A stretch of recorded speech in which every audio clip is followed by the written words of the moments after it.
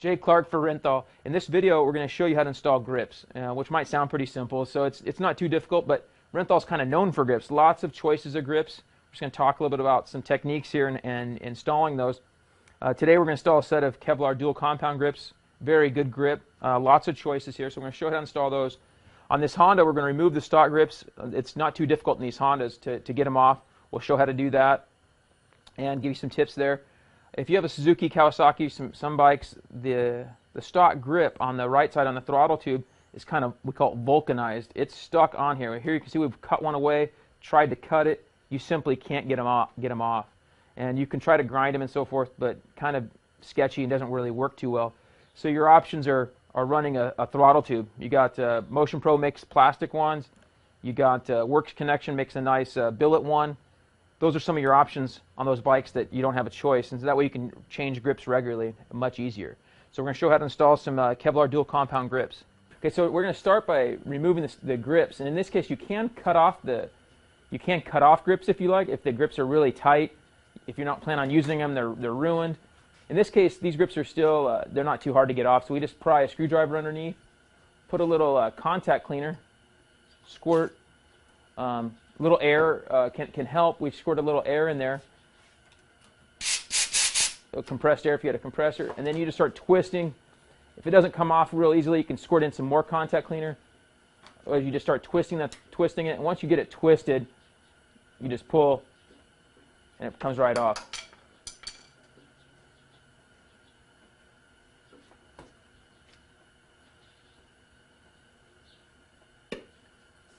See? Even Dave can do it. So same thing on the throttle side. You want to be careful. You don't have as much room to get in here, so you want to be careful not to poke a hole through it or anything if you want to save it. So just squirt a little contact cleaner in there. Now this side, with even plastic underneath usually, and the grip glue, it'll loosen up a lot of times a little easier. Squirt some air in there, and you can start twisting it. Once you get it broke loose, then it'll usually just start twisting right off.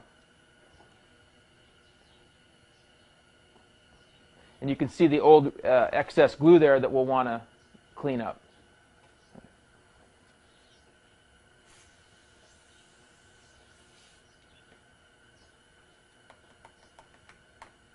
Contact cleaner on there can wipe all this glue away. If the glue's old and dry, you can scrape it off with maybe a razor blade and just scrape off all the old excess glue.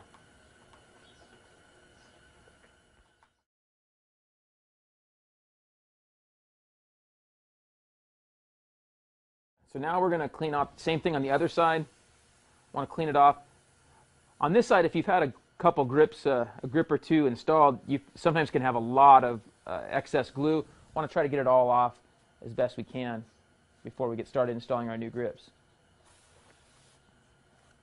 So at the end of the throttle tube, we want to make sure we get any glue out of there that it could have fallen inside. And then it's a good idea to cover up the hole. If you have a hole on this side, if you have an open throttle tube, you want to cover it up with a little sticker or something. Here I just cut out a sticker. You can use some tape or the inside of on some graphics you have a little hole sometimes left. You want to put a little sticker on the end of the bar to prevent any new glue from going in there when you put the new grip on. So at this point we're ready to pour some of our Renthal grip glue inside the grip. We want it to drip down inside a ways, and we don't want to use too much, but we also want to have enough. We don't want it oozing all over the place, making a mess.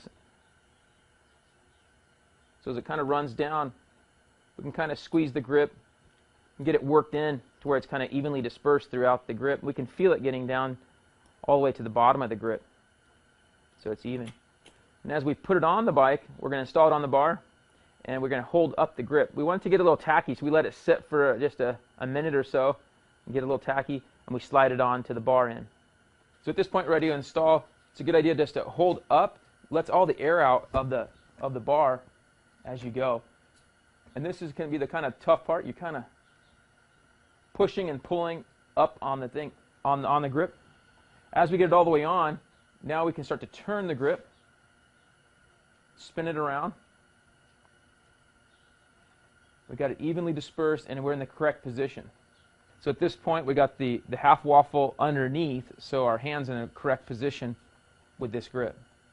So second verse, same as the first here, same thing as the the left side of the grip, we just coat it the inside, let it drip down a ways.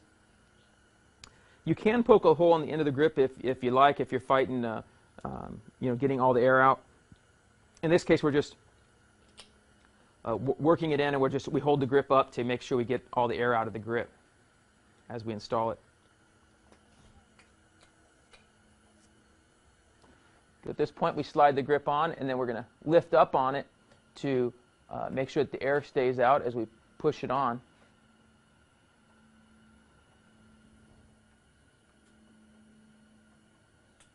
And we're kind of pushing as we're pulling up. And we can twist it a little bit to kind of spread the glue out throughout the grip, make sure all the air is out of the grip. We line it up correctly, just as we did the left side with the half waffle underneath. And like so. Done. Good job, Dave. So at this point, we're squeezing our grips, making sure everything feels good. They should feel fairly firm. If they don't feel right, you're going to need to start over and pull them off, re-clean, and redo. But in this case, they feel nice and firm. We squeeze them. Now we're going to wire tie them down. So now we're going to cut some wire, and there's various thickness of wires. This one's about 32 thousandths thick wire. There's also thinner wire. With thinner wire, you can make 2 loops around the grip, which is what a lot of the factory guys do. And so wire tying, these tools are fairly inexpensive. You can get them from Motion Pro and many other companies. Simply pull it down tight. It's as simple as that, and we're going to do that in 3 spots on each grip, evenly throughout the grip. So we kind of space, somewhat evenly across the grip. Now we're putting our second one on with our wire tie. If you go too tight, the wire will break, and you'll just have to redo it. The wire's not too expensive. The wire tool's available, and wire's readily available, easy to get.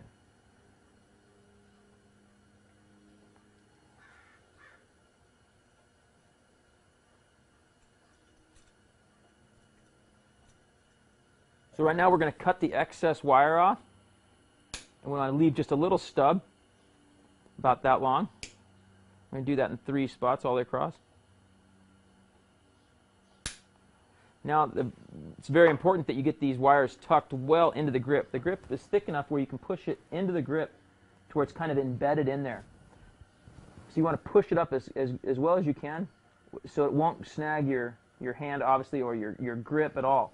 And you can push it all the way up in there and give it a little tap with a hammer so it's all the way in there. Really nice.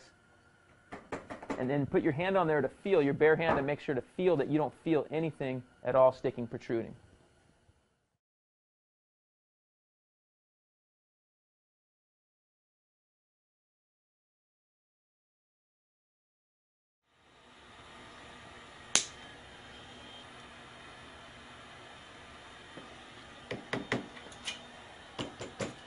So at this point, our grips are on, glued's tight, and safety wire's on nice. We want to give them 8 hours to dry, so it's best to do it the day before you plan on riding, and not the morning of. Install Renthal grip donuts, prevent some blisters on your thumbs, and you're ready to go. Got those on both sides, ready to hit the track.